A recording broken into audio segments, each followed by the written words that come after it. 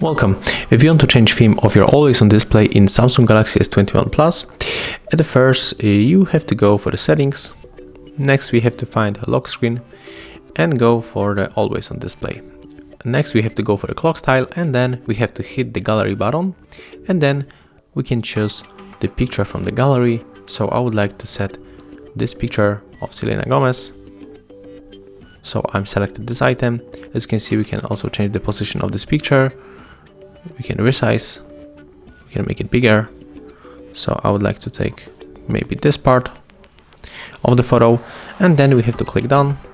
And of course we can also change the orientation. I will go for the portrait, and I will set the maximum auto brightness. So right now when we lock our device, we will get Customize Always on display.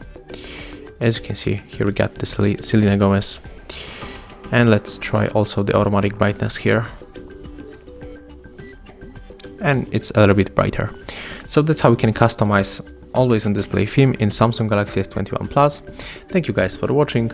Leave thumbs ups, comments, and subscribe to our channel. See ya!